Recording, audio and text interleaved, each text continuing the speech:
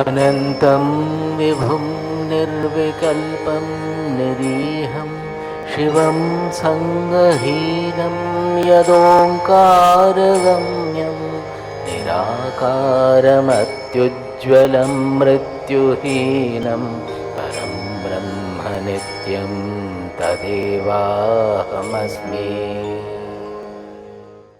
नमो नमस्ते गुरवे महात्मने विमुक्तसङ्गाय सदुत्तमाय नित्याद्वयानन्दरसस्वरूपिणे भूम्ने सदा पारदयाम्बुधाम्ने नमस्ते नमस्ते विभो विश्वमूर्ते नमस्ते नमस्ते चिदानन्दमूर्ते नमस्ते नमस्ते तपोयोगगम्य नमस्ते नमस्ते श्रुतिज्ञानगम्य नमस्ते नमस्ते तपोयोगगम्य नमस्ते नमस्ते श्रुतिज्ञानगम्य स्वाराज्य साम्राज्य विभूतिरेषा भवत्कृपा श्रीमहिमप्रसादात् प्राप्ता मया श्रीगुरवे महात्मने नमो नमस्तेस्तु पुनर्नमोस्तु नमो नमस्तेस्तु पुनर्नमोस्तु नमो नमस्तेस्तु पुनर्नमोस्तु नमस्तस्मै सदैकस्मै कस्मै चिन्महसे नमः यदेतद्विश्वरूपेण राजते गुरुराजते यदेतद्विश्वरूपेण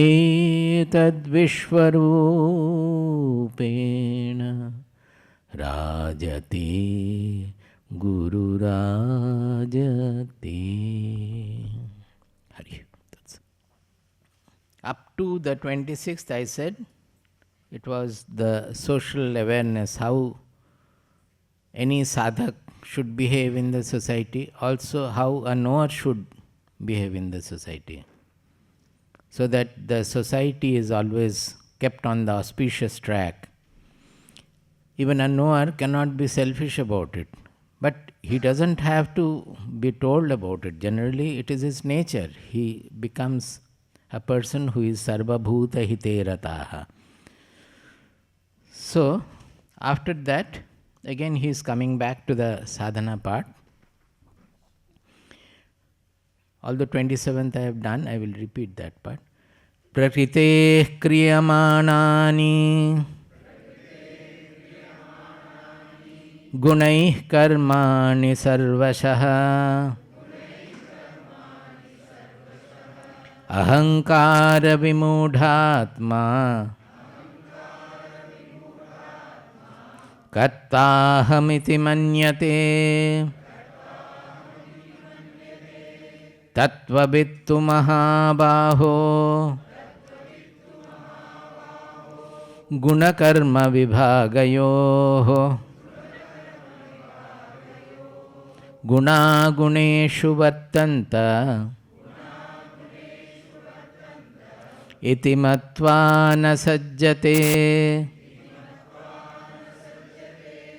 Here it is guna guneshu vartanta. Actually it is vartante, but the ekara gets dropped because it is followed by e. That is according to the grammar rule. So when we split into prose and all, we will say vartante.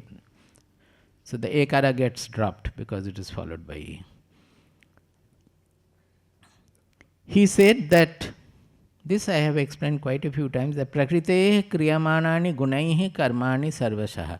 Prakriti means action. Prakarshena kriyate iti Prakriti. The name also has the term, Prakriti has come, Prakarshena kriyate iti Prakriti. That which is absolutely based on action, because if there is no change, there is no activity, then there is no question of any creation. So creation means action, creation means change. That is why Prakriti is based on change. And this three guna model of Prakriti, that the whole Prakriti is made of three gunas like Sattva, Rajas and Tamas. That actually it is an interplay of the gunas. That is the model for Prakriti. I have already explained that with any of the three gunas, if it is missing, then the existence will not be perceived, will not be there. That is, unless there is action, there is no creation at all. Even the ultimate elementary particle also means some energy there, some action is there. That is Rajoguna. Unless there is a revealer consciousness, then the objective will never be known. The Prakriti will never be manifest unless there is something to reveal whatever is there.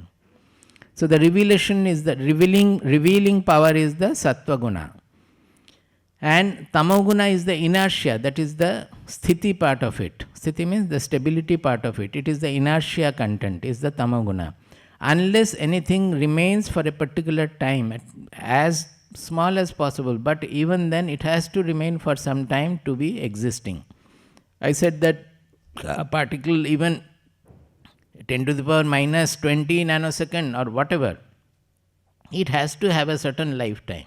Otherwise, if there is zero lifetime, there cannot be any existence. So that a certain lifetime means that is the sthiti of the particle, inertia of the particle. So that part is the tamoguna. It has to stay in its state for a certain while. Otherwise, it will not be known. So these are the three gunas. It always has to be there in the existence. And all these karma, whatever actions are taking place, huge karma, the Prakriti's karma, we cannot even imagine. What is happening in the universe, we cannot even imagine. It is beyond our imagination. All these are based on the three guna actions. Coming down to our personality activities also are based on these three gunas. When we say that somebody is gunatita, as I had discussed in the year before last, 14th chapter, first 14th chapter is the understanding the three gunas, their qualities, their results, etc. But the end part of 14th chapter was gunatita. That is what happens when a person becomes gunatita. We should remember that gunatita does not mean that the gunas will not function in him. Gunas have to function everywhere. Even for a knower also gunas will function. But he will not be bound by the bondages created by the gunas. This I have discussed in great detail. Today I will again discuss that part a little from there. That he is freed of the bondage created by sattva guna, rajoguna, tamoguna. So when the gunas are playing in his body, mind, personality, he does not associate himself with the karma of the guna, the functioning, the phenomena, whatever is taking place, the functioning of the gunas in his body, mind, personality. He understands that he is a seer of that. He is the Sakshi of whatever is happening in his personality. That person is a gunatita, not that his body, mind, personality is not having the gunas. Gunas, anything that exists, there will be the gunas. But because of his liberation from the bondages created by the guna, he gets a dimension where he finds that guna guneshu vartanta iti matva na sajjate. That is the present sentence. That gunas are doing their karma, the interplay of the gunas are going on. I am not touched by anything at all. In a later chapter, in 13th chapter towards the end, last year we did, they have given the example of space. That because of the subtlety of the space, it doesn't get affected by anything happening in the universe. The space does not get, akasha, they have used the word akasha. It doesn't change. Even if there is a nuclear bomb blast, the air will be affected, but the space does not get affected. It is not touched by anything happening in the material world. Similarly, they have given the example of the sun. The sun is revealing everything. It is revealing the beautiful flower, its beauty. It is revealing the filth also, the garbage also. But by revealing the garbage, it is not getting petrified. By revealing the flower, it doesn't get beautified also. It is only, its function is to reveal. Like that, our Atma also, its function is only to, not function, but its property is to reveal. Revealer is the Atma. Whatever is revealed, it never touches him. Just as the space is not touched by anything, as the sunlight is not affected by anything that it is revealing. So when it is revealing the dukkha, we will know the dukkha. Dukkha is revealed by our Atma only. But the Atma does not get contaminated or changed, affected by the dukkha. Similarly, when it is revealing the sukha, then also it is not getting affected or changed by the dukkha which it is revealing. So that is the knower state where he finds that he is just the seer of the gunas functioning in the body-mind personality. So he says that Prakriti kriyamanani gunaih karmani sarvasaha. Everywhere it is the Prakriti which is functioning. Purusha does not get involved in it at all. In the large context of the cosmic level also, the whole Prakriti is functioning. The Purusha or Brahman does not get affected by that or undergo any change at all. Ahankara vimudhatma kartaham iti manyate. It is our egotism, our ahankara, which sees that I am the karta of this guna. This kartritva and bhoktritva, particularly this kartritva, which leads to sangha, leads to possessiveness, everything comes out of it. This kartritva is the main ignorance. That is, the ahankara, the moment it comes, we get the involvement with the Prakriti. Yesterday also I discussed in detail that it is the drashta and drishya mixture. Chit jada granthi, yesterday I explained. That is the granthi. We have various kinds of viveka. Viveka means discrimination in our shastras. Each discrimination, each viveka, if we follow, that will lead us to the truth. But each viveka approaches in a different manner. Like that, there is a viveka, atma, anatma viveka. That is, what is the atma and what is anatma. It is same as chit jada. That is, whatever is anatma is jada, whatever is atma is chit. The atma is the chit. Like that you will find in 13th chapter last year we did, it was kshetra kshetrajna viveka. Kshetra and kshetrajna viveka. Kshetrajna is the chit, the purusha, and kshetra is the entire objectude. That was the discussion we had last year. So when we come to know this discrimination, when we understand this discrimination, then we can disassociate ourselves from the functions that is taking place in the body-mind personality or in the Prakriti, that I become the observer, I am the Sakshi, witness of all that. Then he says, Tattvavit tu mahabaho guna karma vibhagayoho guna guneshu vattanta iti matva na sajjate.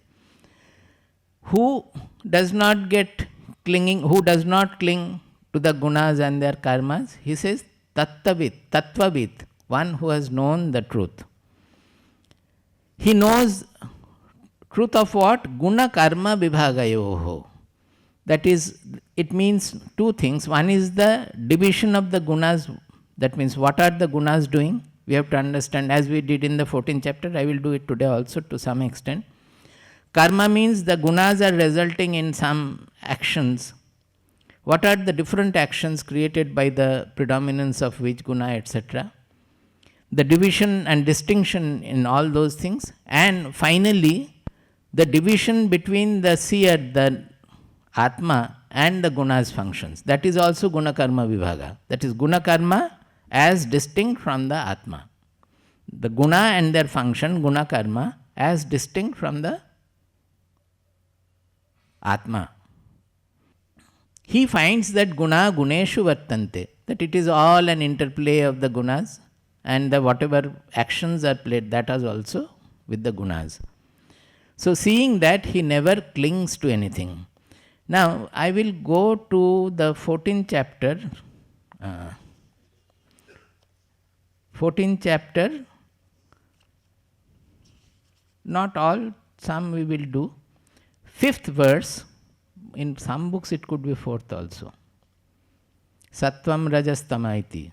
Is it 5th in your book? I will read some of the verses, you can chant, just as a recapitulation, those who have done it last year also, a year before last. Sattvam rajas tamaiti guna prakriti sambhavaha. Sattvam rajas tamaiti guna prakriti sambhavaha. Nibadhnanti mahabaho dehe dehinam avyayam. They are saying that, O Mahabaho, dehe dehinam avyayam dehinam dehe nibadhnanti. What? Sattvam, Rajaha, Tamaha. These are the three gunaha. Gunaha prakriti sambhavaha. These words have two-way meaning. Prakriti sambhavaha means which are product of the Prakriti. Another is which is creating the Prakriti also. There is no causality here. The three gunas, they constitute the Prakriti. So whether you call they are the product of the Prakriti or Prakriti is a product of the three gunas, it does not matter. It is a Prakriti is constituting of these three gunas. So they are Prakriti sambhavaha. They are the whole Prakriti. The three gunas are equivalent to the Prakriti, which is the entire functioning universe, objectude, so to say. They nivadnanti, they bind us. Whom? Avyayam dehinam dehe nivadnanti. Avyayam dehinam. Avyayam dehinam means dehi, who is staying in the, residing in the deha, he is unchanging. That dehi, the I in us, the Atma, that is the dehi. But he is saying avyayam dehinam. That means that Atma is unchanging. Do we feel that I is unchanging? We always feel I have become sad, I have become joyous. I is always undergoing change, we find. The change is not in the I. We are seeing the change. That seer does not change. Otherwise we would not have known. The changes in our mind, in our emotion, in our personality, in our body. Those changes are seen by the I. Suppose I had undergone the change, then it would not have seen the changes taking place in the mind, emotion, etc. At least intellectually we should understand that part. But we have to actualize it. But intellectually it should be understandable. So he says, Avyayam dehinam. By such small words they remind us. Otherwise we will miss the actual meaning there. He is saying I, which is never changing, but that gets bound. Never changing means, can it ever get bound? Bondage is a change. So that is getting bound means as if that is getting bound. That appears to be bound to us, but actually it is not bound. As if it is binding us to the deha, that is to our personality. That these three gunas, by their properties, they are binding us to the personality. Binding us means binding the I in us, which is never changing, never can have any bondage, which is always free, always liberated. It appears that I have become bound. Saying that, the next verse, he is now defining each guna, what are their properties. Tatra sattvam nirmalatvat prakashakamanayam sukha sangena badnati jnana sangena chanagha. Tatra sattvam nirmalatvat prakashakamanayam So he is defining the Sattva Guna as the revealer, Prakashakam. Anamayam means it is absolutely pure, pristine. It has only the revealing power. It reveals. Its purpose, its function is only to reveal. That is the Sattva Guna. But how such a pure Prakashakam Nirmalatvat? It is absolutely Nirmala. It is so pure. But at the same time, that also binds us. He is saying, Sukha Sangena Badnati Jnana Sangena Chanaga. Now, when Sattva Guna is binding us by Sukha Sangha and Jnana Sangha, you have to go to 18th chapter to understand what is Sattvika Sukha and what is Sattvika Jnana. Otherwise, you will make mistake. Jnana can be of all three kinds. When they are referring to the Sattva Guna binds by its Jnana and Sukha, we have to refer to the Sattvika Jnana and Sattvika Sukha. Sattvika Jnana you will find in 18 chapter 20. You should not get confused. The other day I moved chapter to chapter and people got confused. I am only trying to give clarity, not to confuse you. See, that Sattvika Jnana is defined in 18 chapter 20th verse. This I think this time also I have explained. Sarva bhuteshu yenaikam bhavam avyayamikshate avibhaktam vibhakteshu tajnanam viddhi sattvikam. There can be various other sukha jnana also. Suppose rajasika jnana. That is, it will tell you the divisions, various discriminations, etc. But sattva jnana is not like that. Sattvika jnana will, when you start reveling in finding the unity in diversity, then it is the sattvika jnana. When I was studying in school, at the end of the school, we had learned physics, chemistry, mathematics, everything, but physics always I used to think that what is this, that the same equations, the person who is teaching us heat and thermodynamics, the person who is teaching us mechanics, the person who is teaching us electricity, all are doing long equations in 12th, 11th and 12th particularly. Very long quadratic equations, but they are the same in all, whether we are studying sound or mechanics or electricity or heat or so. And they all derive the equation and finally come to a conclusion. It was always a conflict for me. That what is this happening? Why are they doing like this? The teachers will not generally explain the deeper philosophy behind that. When I got the Feynman lectures in physics and started studying that, it was like a new horizon opening. That it was, I can now say that it is like spiritual joy. Why? It was a sattvika joy. I found that it is actually what they are doing is our way of viewing the world, that we call simple harmonic motion. Everywhere we use the equations for the simple harmonic motion, that is symmetric motion of a pendulum, like that. That is the simplest oscillation we can think of. So we are simplifying the whole world, eliminating the difficult equations, higher order equations, those who understand the mathematics. We are not utilizing the higher order terms and making it simple. We are saying that this is the... But when we go deeper into it, for example, a solid thing, when you heat it, it expands. It becomes bigger. Is it not so? Any liquid also. That expansion of the solid cannot be explained if we consider the molecules are having simple harmonic motion. See, the molecules, as we heat an object, the molecules vibrate more and more vigorous. That is the kinetic theory of heat. That means it is the actually mechanics. It is the more energy the molecules are vibrating with, it appears to be more heated. That means the temperature is more to us. Now, if it is simple harmonic motion of the molecules, then their average mean position, that does not change even when the amplitude of oscillation is more. Whether it is oscillating this much or this much, the mean position is same. That is defining the shape of the material. So the expansion by heat cannot be explained by this.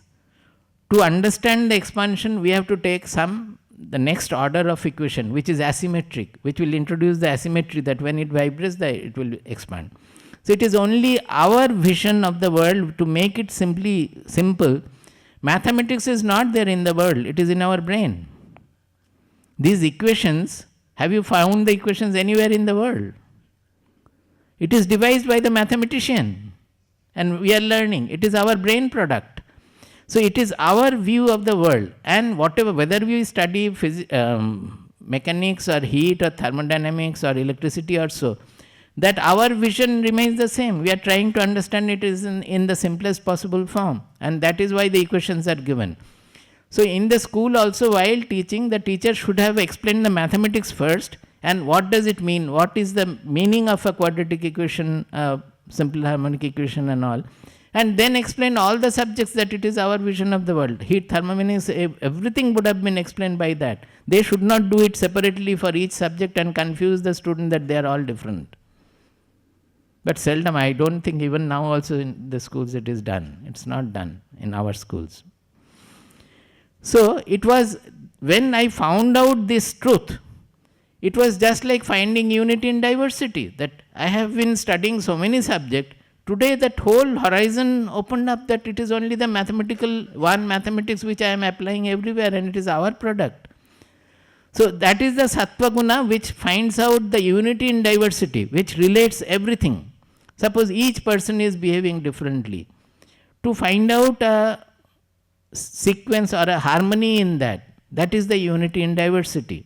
So when the Sattva Guna enhances, you will always be able to find out a greater harmony, where even the society, where it is moving, what are the forces playing there. A very broad, comprehensive view always will strike your mind. So he says, Sarva Bhuteshu Yena Ekam Avyayam Bhavam Ikshate. One who sees one unchanging truth in all the elements.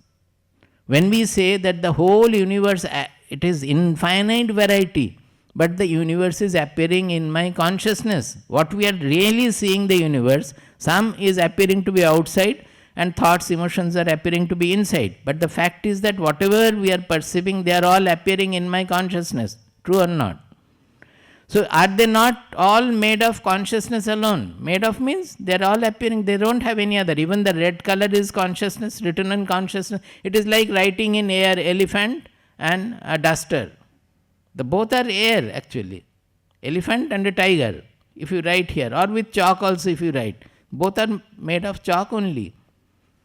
Like that, it is all the consciousness. Some appearance is red, some appearance is blue, some appearance is gross, some appearance is subtle.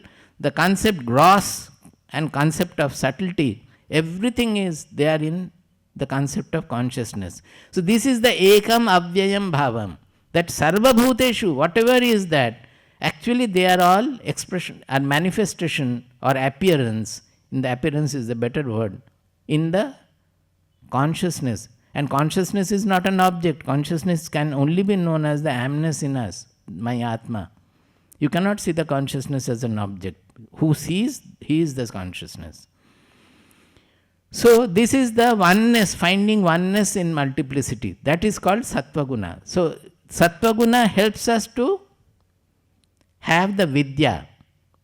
Vidya means to move towards the transcendence. Move towards transcendence, but it also creates bondage and finally restricts us, where we have to finally overcome that bondage. Now, Sarva Bhuteshu Yenaikam Bhavam Avyayam Ikshate. Now, he is saying Ikshana. It is not seeing with the eyes. This Avyaya Bhava, unchanging oneness, you cannot see with the eyes. Oh, I am seeing everything has become one. No. The world will remain world. Ikshana is the vision of the Buddhi. Buddhi means where the revelation is taking place. Initially you may try to understand with the analytical Buddhi, but finally it will become naturally shining in the Buddhi. That is the difference between realization and intellectual understanding. You see, the difference is when we are intellectually understanding, well, I have analyzed, this is the Abhyaya, this is the consciousness, etc. If you don't analyze, you will again forget. To understand, you have to again analyze and understand. But we will call it realization when this analysis, finally the buddhi undergoes a transformation, when the truth shines spontaneously in the buddhi. You don't have to analyze anymore. Analysis is an artificial way. The truth has to shine naturally in the buddhi or the foundation of the buddhi. We call it bodhi, pratibodha viditam there. That we call the realization. So, but this buddhi application is necessary to deal our buddhi, which had been working only with the fragmented world, divisional world, differential world. So the buddhi is clinging to all the differential vision, clinging to all kinds of differences. Such a buddhi has to get enlightened with the oneness. So this analysis, repeated analysis, rumination, it is necessary to treat the buddhi until the truth shines in it spontaneously, sahaja. That shining of the truth should not be after analysis. It should become a sahaja. Sahaja means by itself it will spontaneously it will shine. So he says that is called the ikshana. Sarva bhuteshu ekam avyayam bhavam ikshate. That is the ikshana of the buddhi. What else? Abhibhaktam vibhakteshu. In the fragmented world where everything is divided, he sees the abhibhaktam, no division at all. The consciousness that you cannot divide it. Anything you divide, it becomes object. Consciousness cannot be divided. Even the subject-object division also will not be there. It is non-dual. So this is what is the Sattvika Jnana. Now he says that when that Sattva Guna property is, it will bind you to this Sattvika Jnana. See, with this Jnana you are approaching the truth. But it will not allow you to go to the transcendence, because this Jnana is so enlightening and so, what shall I say, blissful, that you will get caught in it and you will only analyze and revel in this Jnana. So Jnana Sangha, that is called Jnana Sangha. That means when suppose we are only dealing with either contemplating or writing on the scripture or reading the scriptures, and then we don't want to leave that. We get into that Sangha, so much so that even we forget that there is something to be realized. We are so much immersed in this Sattvika Sukha, in this Sattvika Jnana, that we lose the purpose of that. We go on reading more and more scriptures, spending time with the scriptures, and we get attached to the scriptures. Throughout the day we will only chant verses and remaining with that, never caring about what is the purpose of the scripture. Shabdajalam maharanyam chittabhramana karakam. That is, it is like if you entered the Shastras and all, it is like Shabdajalam maharanyam. It is the deep forest of the network of all the words. And it is for bhuktaye, natu muktaye. It becomes a bhoga, not a liberation. It leads to another kind of a bhoga. What is the bhoga? Sattvika sukha bhoga, sattvika jnana bhoga. That is also enjoyment. So you get so much caught by the enjoyment that you are not able to transcend it. Vaidushyam vidusham tadvad bhuktaye natu muktaye. Shabdajalam maharanyam chittabhramana karakam, or karanam, both can be. Vaidushyam vidusham tadvad bhuktaye natu muktaye. That panditya of the panditas, that means the scholarliness of the scholars, that is also like that Shabdajalam maharanyam chittabhramana karakam. That they get confused in the literature. They will, if you ask anything about truth, they will give a long lecture, not understanding what is the final meaning of it. So they are all for bhoga, not for liberation. Bhuktaye, natu muktaye. They are not meant for liberation. So this, although it is a sattvika sukha, it is a sattvika jnana, but that also bounds us. And what is sattvika sukha? You go to the Sukha division in 18th chapter. I was in the 14th chapter, no? 1837 or something. 1837, go. Here the Sukha Bheda, 3 kinds of Sukha they have discussed. He says, you got it, 37th. Yat tadagre vishamiva pariname amritopamam tat sukham satvikam proktam atma buddhi prasadajam. Yat tadagre vishamiva pariname amritopamam, which is initially like poison. It may not be like poison, but not, generally people will not like. But pariname amritopamam, but the end it will be nectarine. Any discipline is like that, is it not so? Even if we ask you to not to bring the mobile, you will not like it. Switching off also you will not like. In our corporate workshop for 2 days, we were confiscating the mobile. That those who were coming for the corporate, because workshop will continue from morning 9 o'clock to 5:30. So their mobiles they had to deposit. We will keep it locked in the drawer, and only during lunch we will give them for half an hour. Then you will find that they are not even interested in eating. Everybody moving in the lawn with the mobile. And then again we will confiscate their mobile. When they go, they will get. And after the 2 days, they said that that was the more than the knowledge you have given, the bliss was to be away from the mobile. Many of them have written. So, pariname amritopamam. Initially, they don't want to leave the mobile. So, any discipline is like that. Suppose you are learning classical music. What sort of torture will be there in beginning? You will have to shout.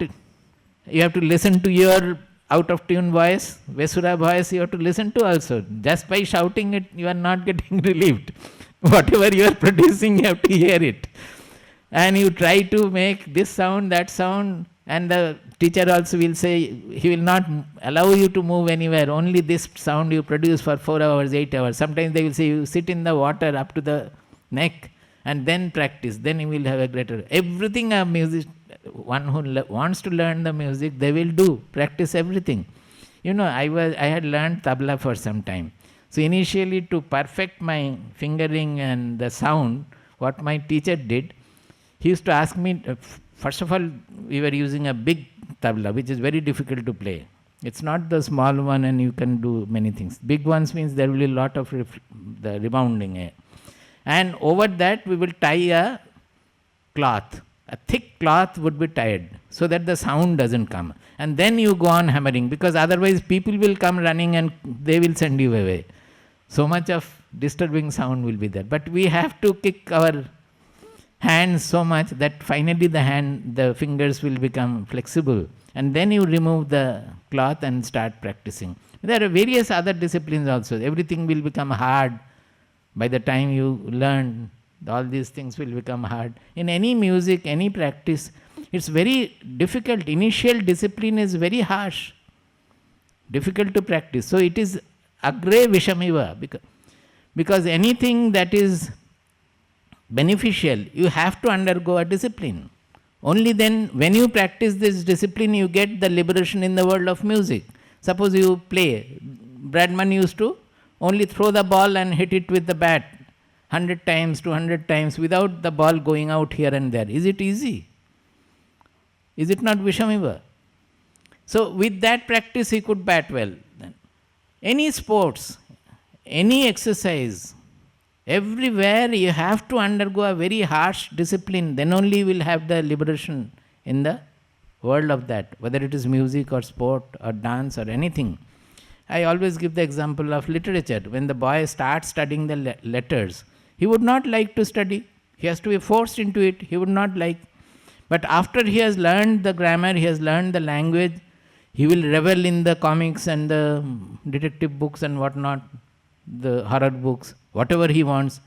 So is it not a great liberation in the world of literature? Without the discipline, it would not have been possible. So every discipline initially nobody likes, but the discipline will give him the liberation in that particular field. Like that in spirituality also, unless we discipline our sense organs, unless we discipline our mind, unless we discipline our intelligence, how can you get the freedom in the ultimate freedom? So he says that yat tadagre vishamiva, it has got stopped by my touch. Yat tadagre vishamiva pariname amritopamam tat sukham satvikam proktam. That sukha is called satvika. The rajasika will be different. Initially it is very pleasant to the sense organs and all. Finally it will create problem. Now here, not only that, the last word is important. Atma buddhi prasadajam. Atma buddhi prasadajam. That means it results in a link, an anchorage in your Atma. Atma buddhi means Viveka buddhi. The Sattvika, Sukha, will always connect you to your self, that which I have been trying to explain all these days. Connect you to the self. The properties of the self is love, compassion, expansion, infinitude, unaffectedness. All these are their property. So normally whenever we are connected to the soul, it will result in a prasada also. The corresponding, the mind will have the placidity. That is the Atma prasada. Whenever we are connected to the Atma, our being gets flooded with a placidity, which we call Ananda. Actually it should be called prasada. That is the real prasada, chitta prasada, Atma prasada. So Sattvika Sukha are there, which is resulting in Atma Buddhi Prasadajam. Now when you are studying the scriptures with depth and so many things and all, it will definitely result in that Atma Buddhi Prasada. He is saying that will cause bondage. That is also a bondage. That is the last bondage created by the Sattvaguna. Sattvaguna bondage is the last bondage. So both by the Sattvika Jnana, which is giving us the unity in diversity, and Sattvika Sukha, which is the creating the placidity in the mind, they are also binding us to the Deha. Because all this Sukha, Jnana, they are all seated in our Deha only, our personality only. So we will not be able to transcend our personal attachment there. We will get bound by it. We will not be able to go to the transcendental level. You understand? These also have to be overcome. So this is what Sattva Guna is. Now what we are doing is Guna Karma Vibhagayoho. They are saying, this is what we are doing. Here we are distinguishing the Guna, that this is what Sattva Guna, which is revealing everything. And these are the effect of the Sattva Guna produced in our personality. And that effect is binding us. How it is creating bondage. Karma, Guna, Karma, and their corresponding bondage created by them. Similarly, Rajo Guna, next, 7th. Rajo Ragatmakam Vidhi. That is 14th chapter, 7th verse. 14th chapter, 7th verse. Rajo Ragatmakam Vidhi. Trishna Sanga Samudbhavam. Tannibadhnati Kaunteya. Karma Sangena Dehinam. Here the Sangha created is Karma Sangha, activity. They will not be able to leave that activity. And what kind of activity? Rajoguna is Ragatmakam. Raga means color, which is coming out of the preference and prejudice. Raga means preference also. That is clinging to a particular thing and hating a particular thing. So its nature is Trishna and Sangha. That is thirst for what I like and clinging to whatever we like. So it is actually a desire motivated guna generally. It is action. In purest form, Rajoguna means activity. That everybody will have. But when it is binding us, the bondage is created by a desire motivated activity. That karma sangha is because I am thinking that I have to win over this. And when he is attracted to something, either by money or fame or anything, that I want this, for that they will upset the heaven and hell. Everything they will do. That is the effect of Rajoguna. So it is a fragment, the clinging to the likes and dislikes, strong hatred and strong preference and prejudice. That is the Rajoguna characteristics. So with that they will bind. That is the most common bondage we have. So we have to understand that how can the activity be free of this bondage. The guna karma, how we will get rid of this bondage. This is what I have been discussing, that Rajoguna is particularly that it is always directed to the carrot of happiness at the end. It is a desire motivated. So if you keep that desire away and then remain active out of your svabhava, out of the sahaja activity, then the activity can be much more than others also. Tremendous activity can be there.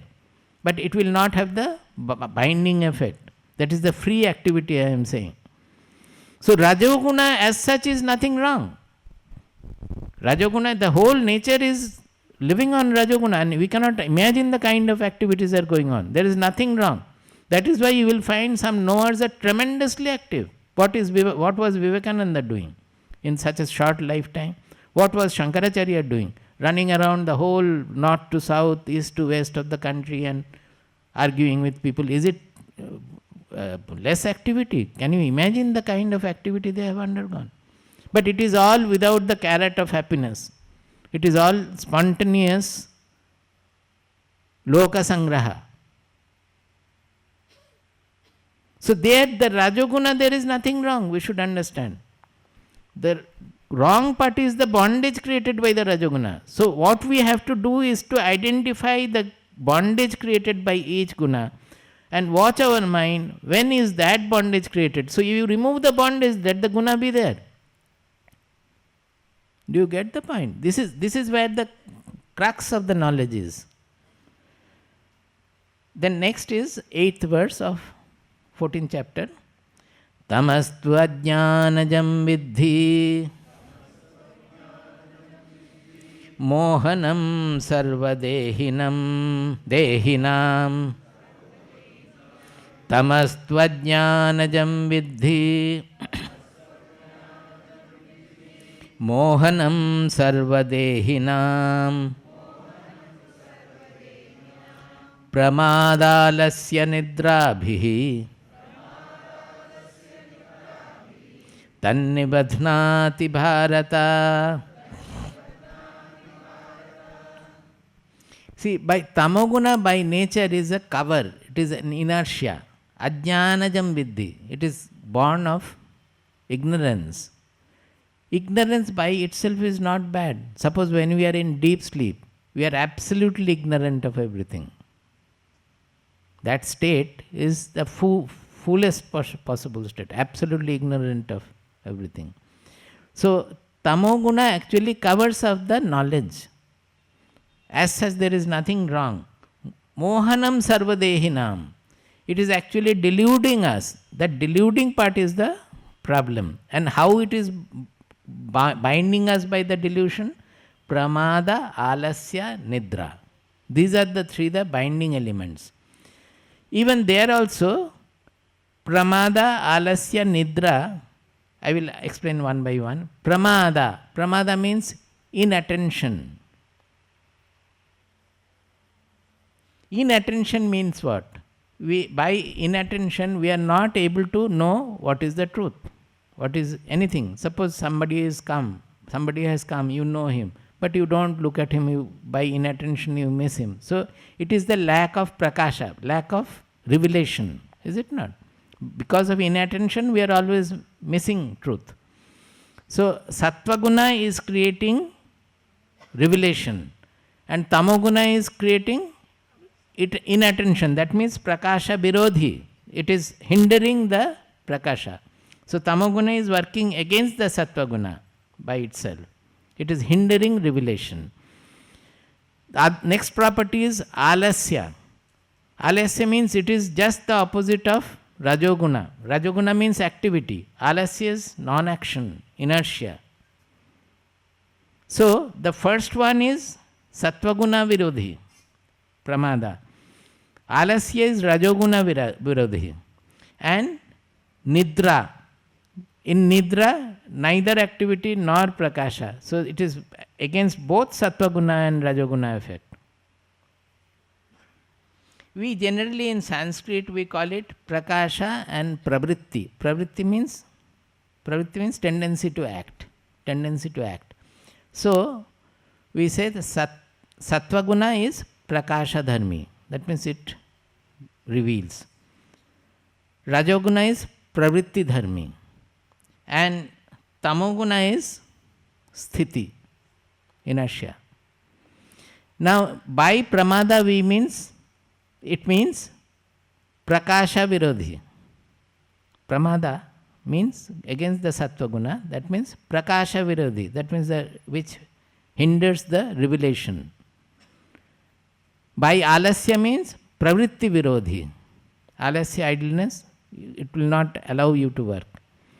And by nidra means both prakasha pravritti virodhi. Is it not so? Any difficulty? Now, is not a jnani also sleeping? Nidra he also has.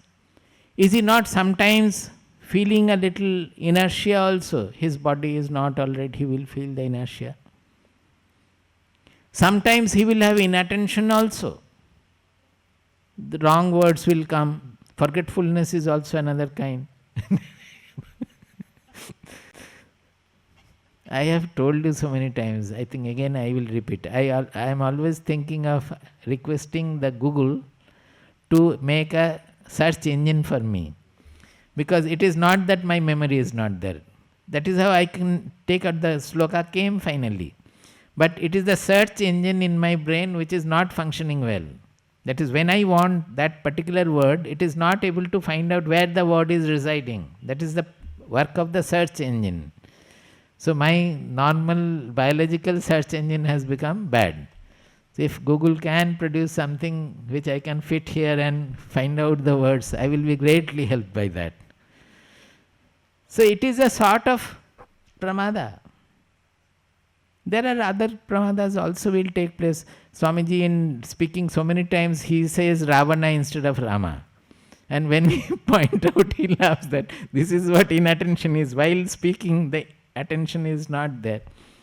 So all these things will not bind. The gunas will function in the body. Suppose one is sick, even when the knower is sick, he will have more of nidra, more of alasya, everything will be there. Pramada also will be there. If some mental effect is there, brain effect is there, pramada will be tremendous. But he is freed of the bondage created by that. How is the bondage created? That we start reveling in the alasya. We start reveling in the mohanam. That means suppose something is delusion. What is the delusion? I will give you one example. Suppose we are saying repeatedly that a blaming mind, a critical mind, a quarreling mind is never comfortable for the person. Do you agree? The person who is blaming others, who is criticizing others, who is in mind quarreling with others, complaining about things, he is not happy about the situation. That because it creates stress, it creates tension, everything is known. But knowing this also, he is not able to get over it. Is it not? He will again do the same thing. Now what is this? This is the moha. That whereas I am telling you, you are accepting intellectually. But you are not applying that knowledge in every field, so that in one field one day you apply, you will find so much of peace you will get that you will be able to apply in other fields also. There is no question of suffering, but people like to suffer. They prefer suffering. That is why they cling to suffering. That is the tamoguna, because of the moha. So these qualities, that nidra, lasya, pramada, it will be there for everybody. But when it is mohanam, it is causing a delusion and we are starting reveling in that. That is what it is binding. Suppose you go on sleeping for a very long time. That there is work, but you don't want to get up. It is a sort of alasya and nidra together. That is, you are reveling in the nidra. Similarly, if you start reveling in pramada, We do revel in pramada, as I said just now. People can be attentive, they are not attentive. In serving and all, always in the ashram, you find people are inattentive. By nature, they are inattentive. They are not able to get over that. They revel in that, being inattentive to people. Suppose somebody has come, a guest has come. How many CIRD volunteers who are very attentive about the new people coming, asking them, welcoming them? We are not doing it. Knowing that it should be done, it is a social institution which should always be given to seva, given to the social dimension and all, but we are not able to do it. Not able to do it for what? For some bondage. Our mind is hosting some desire somewhere else which is not allowing us to function in the manner we are supposed to function.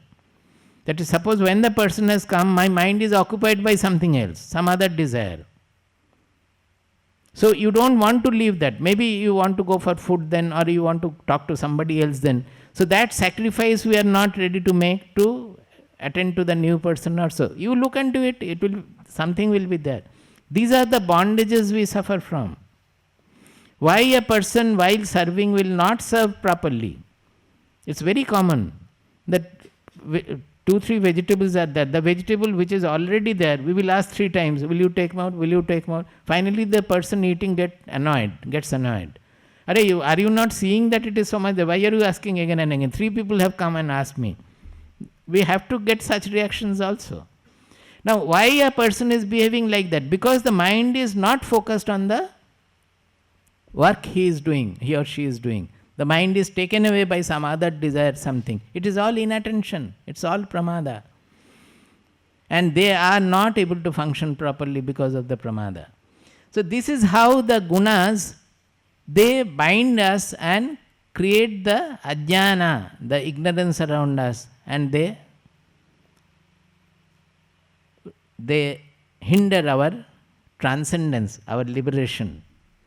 So when we are able to deal with this binding property of the gunas, for that we have to understand the gunas and what are their products. Then we can easily do. First of all, if you want to incorporate some more sattva guna to get rid of the rajoguna effects and tamoguna effect, you have to change your ahara.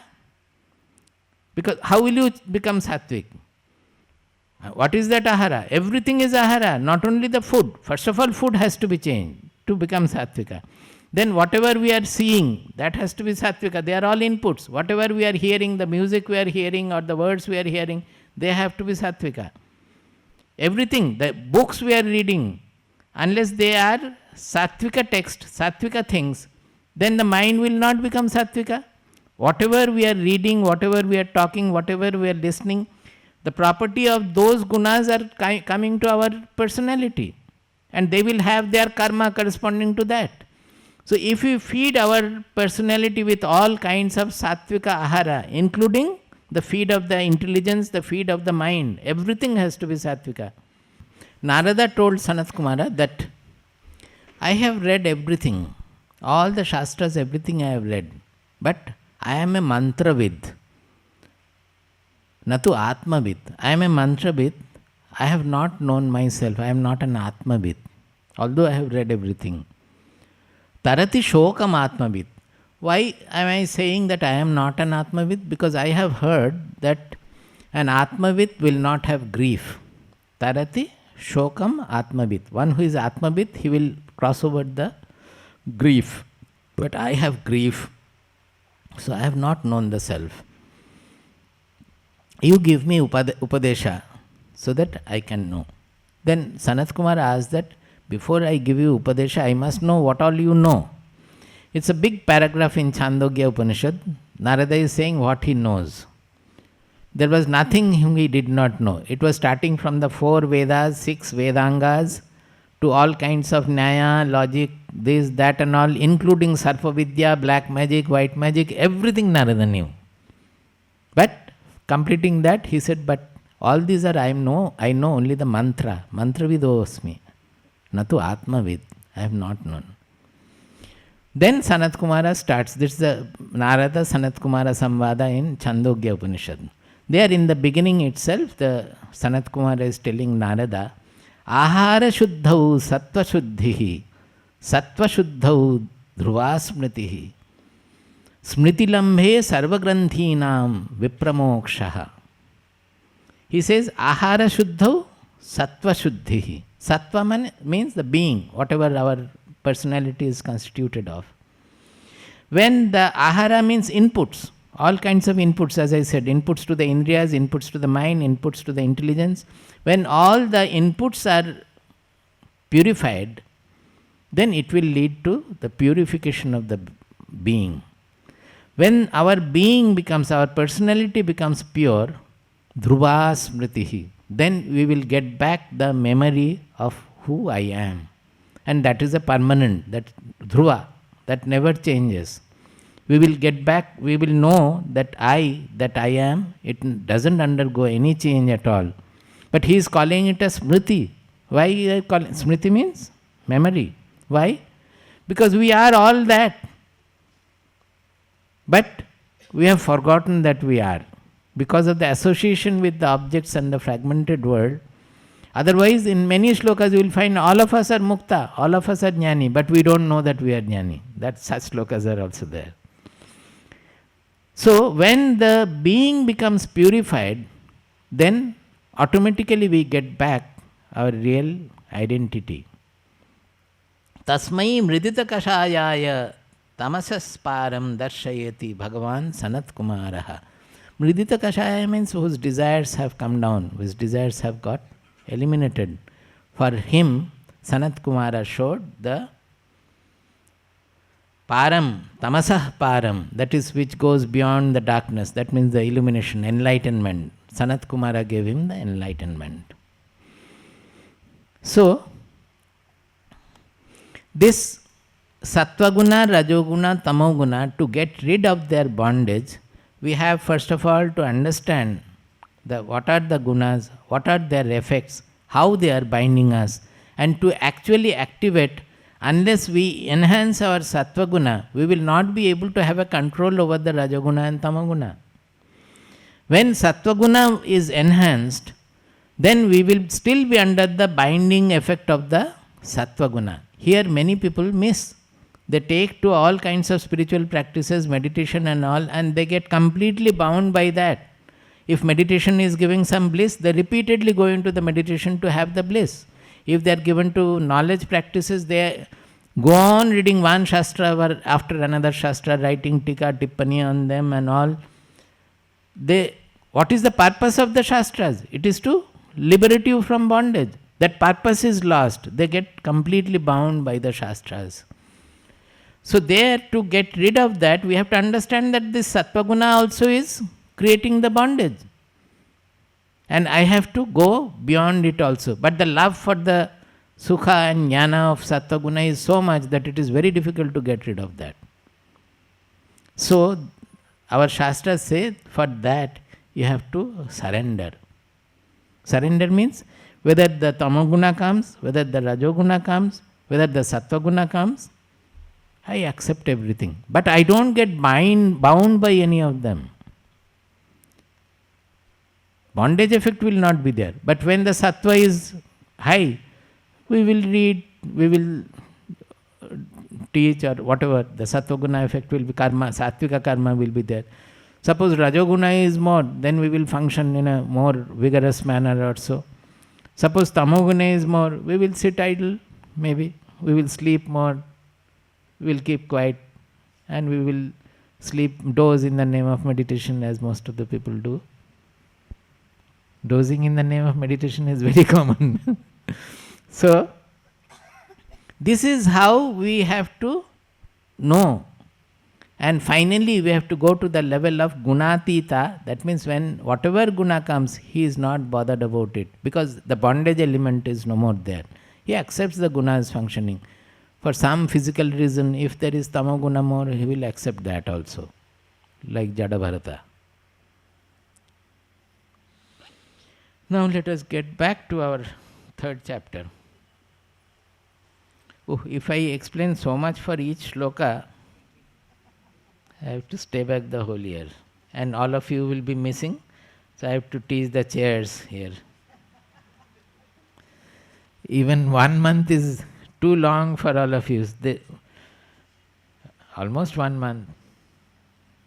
So let us chant this 27 and 28th verse. Prakriti kriyamanani gunai karmani sarvashaha ahankara vimudhatma kartahamiti manyate tatvavittu mahabaho guna karma vibhagayoho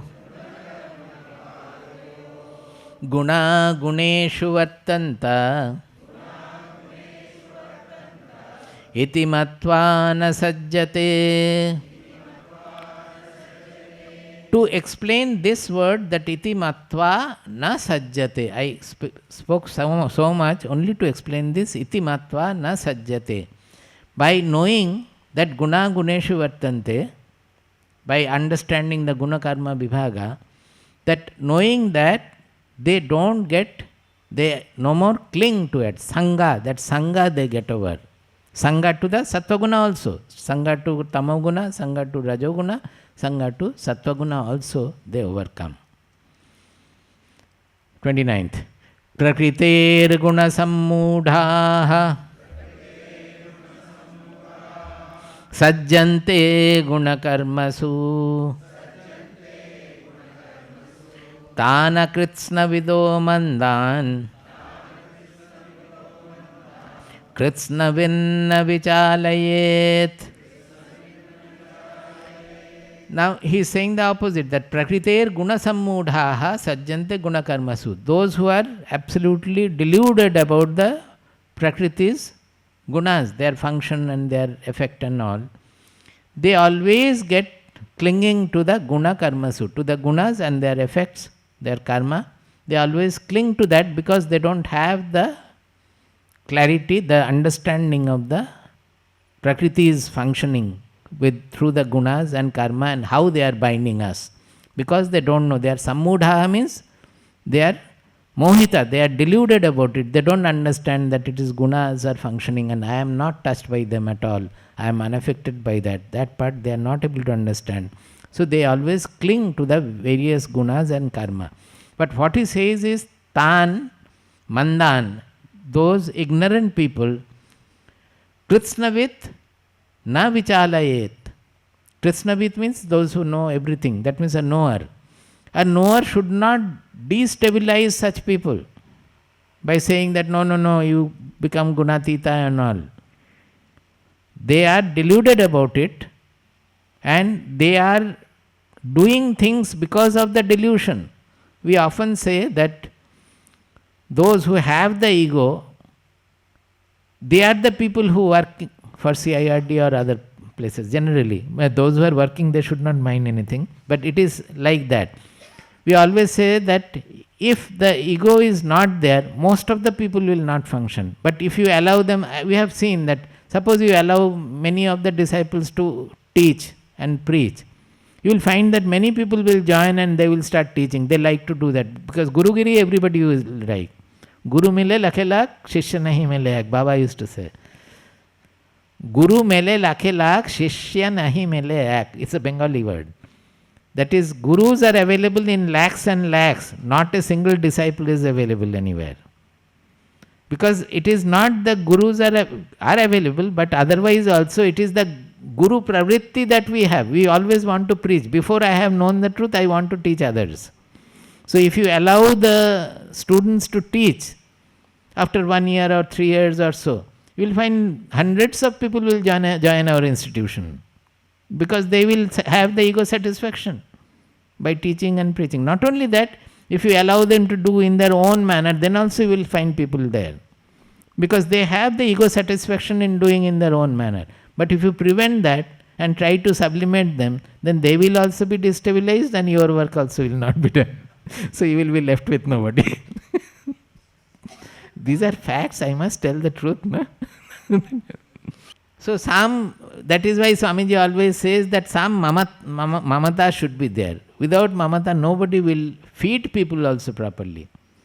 अपने आदमी को अच्छी तरह खिलाएंगे, दूसरों को नहीं खिलाएंगे अच्छी तरह. Unless we have mamata for everybody, how will we feed properly? और सब कुछ माँ के ऊपर नहीं तो स्वामी जी के ऊपर चढ़ा देंगे. Don't do this, Swami ji will scold you, or Ma will scold you. Arey, a new person has come, maybe he is doing some little wrong. What is wrong in that? If at all some correction has to be given, give it properly at the end of it, or sometimes in a proper manner, so that that can be corrected.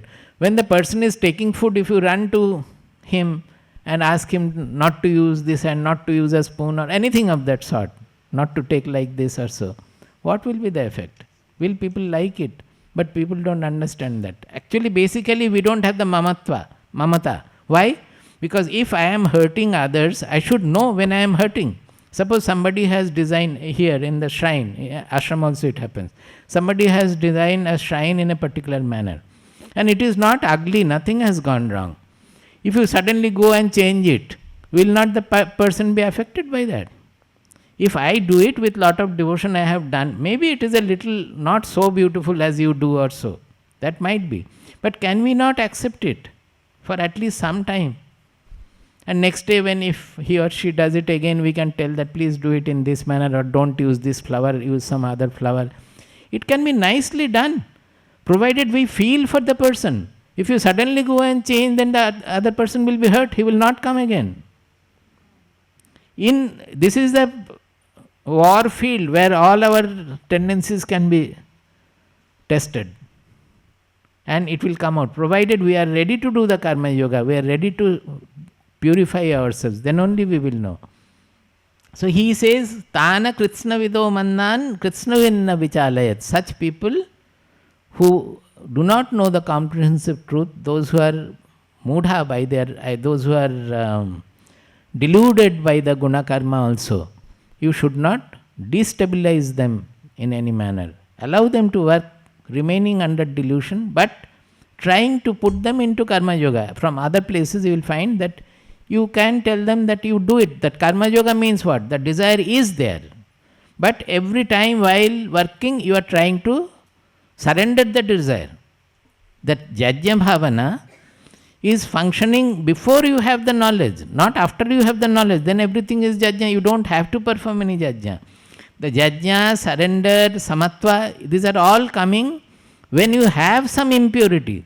That while working your desire is coming forward, and you are trying to surrender the desire, make it free of the desire, either analyzing or thinking or by any manner. You get connected to the reality and then surrender the desire. So by that you will slowly get rid of the impurities. That is what he is giving in the next verse. Then what shall he do? He says, Mai sarvani karmani sanyasya chetasa nirashir nirmamo bhutva yudhyasva vigatajvaraha. Mai sarvani karmani sanyasya chetasa nirashir nirmamo bhutva yudhyasva vigatajvaraha. See, again he is emphasizing that yudhyasva, O Arjuna, fight, vigatajvaraha, by getting rid of whatever suffering or grieving you have, getting rid of the grief. Jvara means the grief here. By becoming free of the jvara, the grief you are suffering from, yuddhasva, you fight. But how? That is there. Mai sarvani karmani sanyasya. Sanyasya means samyak nyasya. Sanyasya means surrender, completely surrender. Where do you surrender? Mai. Here Krishna is saying surrender to me, because he is standing there as the guru. So he is right there where you can surrender. God is not visible, so it is not easy to surrender to God. But to the Guru you can easily surrender. Now, there is another meaning also. Krishna is always using my himself, because he has identified with the universal self. His I is not only Krishna's limited I, it is the universal I he is identifying with. So whether you surrender to Krishna's I or your I, is there any difference? That means your real I is same as Krishna's real I. So my sannyasya means you surrender. Now Krishna is not there, how can you surrender to Krishna now? So you surrender to your real identity, which means when you get connected to your real identity, you get guided by the Viveka Buddhi. Viveka Buddhi is the Buddhi originating from the direction, originating from the soul, directly from the soul. So you get connected to the Viveka Buddhi, or you completely surrender everything to your real identity, which is infinite, which is not hindered by any selfishness, any constriction at all. That is the Jajna Bhavana. That is the Samatva Bhavana. So immediately your mind will become free, it will become sky-like, it will become spatial. Sarvani karmani, whatever you are doing, you are killing or saving or whatever you are doing, everything you do, getting connected to your Viveka Buddhi, real identity, without any selfish motive. That means even if you kill Duryodhana, you should not think any enmity with Duryodhana.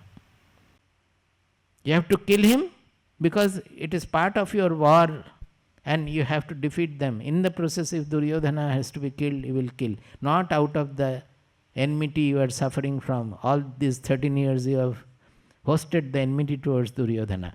If you can do it, then you can kill your Bhishma also. This impersonality is such that you will be able to kill your most beloved grandfather, most respected teacher, and the most dreaded enemy also. Because it is the two sides of the same coin. Do you get it? That impersonality that is called. That will happen when you are sannyasa. How do you do the sannyasa? How do you do the surrender? Adhyatma chetasa.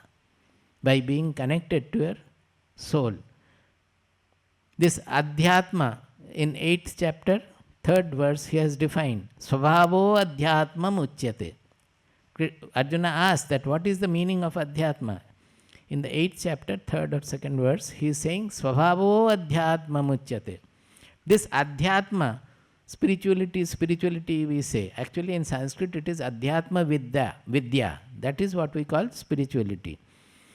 That is defined in Bhagavad Gita as swabhavaha. Swabhavaha means our own self. Now the self has two expressions. Self has two expressions. One is common to everybody, that is the universal self, that self we are talking about. That has no karma in it, no color in it, nothing. No fragmentation, nothing. That is the Brahman, that is the Paramatma, that is the self. That is the true Swabhava, that is the real Swabhava of us. But there is another Swabhava which is different for different persons. That is when getting connected to your soul, when surrendering to your soul, when guided by your soul, whatever you are doing, then it becomes your Swabhava. According to your personality, it will be different. I will give you example. Suppose Ramakrishna and Vivekananda. They, in their real soul and in their realization, is it not the same universal soul? There is no difference at all. But whatever Ramakrishna Dev did as a free activity, that is his Jivan Mukti activity, and whatever Vivekananda did, are they not poles apart? Each knower will be different in his active state, in his personality, in his behavioral state. Each knower, there will be some similarities, but by and large there will be large difference. Each knower will act according to his personality, his intelligence and his growth, his upbringing, his birth. According to that they will work. Their activities will be different. But when it is not motivated by desire, then it is called Swabhava. That is, that desire is not hindering, or Triguna bondage is not hindering. He is a Gunatita. Whatever are the Gunas which have made his personality, he is functioning according to that, his free nature. Am I clear? Hmm? That is when he is not, his activities are not clouded by any desire, not clouded by any delusion, not clouded by any sangha. Then whatever his personality is made of and whatever the nature around the circumstance, surrounding situation needs, according to that his personality will function. Guna guneshu vartanta iti matva na sajjate. He will not cling to that at all. He will function independently, absolutely freely. That is also called swabhava. In 18th chapter he will discuss it in great detail. That is called the karma he does with that, that is called swakarma. His corresponding dharma is called swadharma. So swabhava karma, swadharma, swakarma, they are all related. It is all when we are connected to the soul. That is, we are guided by the viveka buddhi, or in other words, you are doing everything with the freed of desires, freed of delusion, freed of the bondages created by the three gunas. So, that is what is meant by sanyasya adhyatma chetasa. By your cheta, by your mind, intelligence getting completely anchored in the Atma. You surrender all your karmas in me. Nirashihi, nirmamaha. Don't expect anything. Asha is expecting something. Expecting na hope, desiring something or hoping something. And nirmama means, oh, this is mine, this is others, etc. No constriction of mamatva, that this is mine and they are others. I will do it only for us. He will do wherever it is to be done for the welfare of the society. Even if you have to kill your own brother, you have to kill. If you have to kill your own grandfather, you have to kill. Thinking not because of any other thing, but for the welfare of the society. I always give the example during the Naxalite period, that when the police people were going to catch hold of they were trying to catch hold of the Naxalite, the inspector leading the team, they found that his son is there in front. The team leader there also was his son. What will he do? Being a loyal police. Now he could not rise to the occasion like Arjuna, but he was not corrupt. So he left the whole thing on his second person and he went away from there. That my son is there, I cannot do anything, I am going away. You do whatever you like, kill or catch hold of him or whatever you do. Why? Because they are not, Arjuna also was not able to kill Bhishma. Even after so much of Bhagavad Gita and all, also his arrows were going and falling after hitting his armor. Then finally, Sri Krishna said that, Arjuna, I thought that you are a good fighter, but I don't think anything you can do. I will go and kill Bhishma. He went running with the Sudarshana Chakra. Then Arjuna ran and fell at his feet, saying that, no, you don't have to do anything. I will fight. So much of bridling was necessary. It is not easy. So, nirashir nirmamo bhutva yudhyasva vigata jvaraha. Mai sarvani karmani sanyasyaadhyatma chetasa. Nirashir nirmamo bhutva yudhyasva vigata jvaraha. Prabuddham vimuktam vikaradihinam prasannam sada nitya bodhasvarupam param nishchalam nirgunam sarvarupam bhajeham sadanusmarami pranomi. Hari.